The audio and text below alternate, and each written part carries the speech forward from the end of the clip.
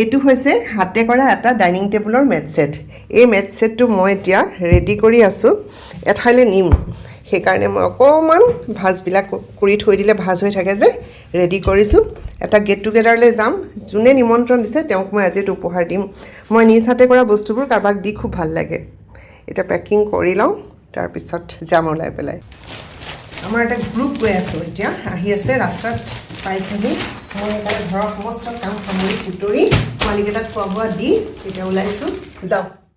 তোমাৰ কাৰণে সৰু কিবা এটা আনিছোঁ নিজ হাতে কৰা তাইক মই কি দিম ন চিন্তা কৰিব নাপাওঁ কি দিম কেনেকুৱা লাগিছে কৰ এতিয়া মই মানে ইয়াত মোৰ ইমোশ্যন সোমাই আছে মানে অসমীয়া নৱবৰ্ষৰ নে বাইদেউ নহয় নহয় তাই মৰমবিলাকৰ কাৰণে তাইক মানে কিনো দিম বুজি নাপাওঁ মানে মই ভাবিছোঁ এইটো বস্তু মানে ৰেচপেক্ট দিয়া মানুহ থাকিব লাগিব ন হেণ্ডটো খুব ধুনীয়া ধুনীয়া মই নিজৰ আগতে এমব্ৰইডাৰী কৰিছিলোঁ এতিয়া আৰু বৰ ধুনীয়া হৈছে চাপ দিয়া নাই খুব ধুনীয়া আছে বাইদেউ ইউজ কৰিবা নিশ্চয় থেংক ইউ কি ছ' মাচ মানে কনফিউজনত থাকোঁ সঁচাকৈ বৰ ধুনীয়া বঢ়িয়া খুব সঁচাকৈ ধুনীয়া থেংক ইউ ছ' মাচ বাইদেউ মৰম কৰা তাই মোক বহুত মৰম কৰে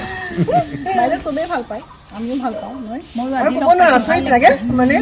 মাত্ৰ 6 মাহৰ চিনাকি আমাৰ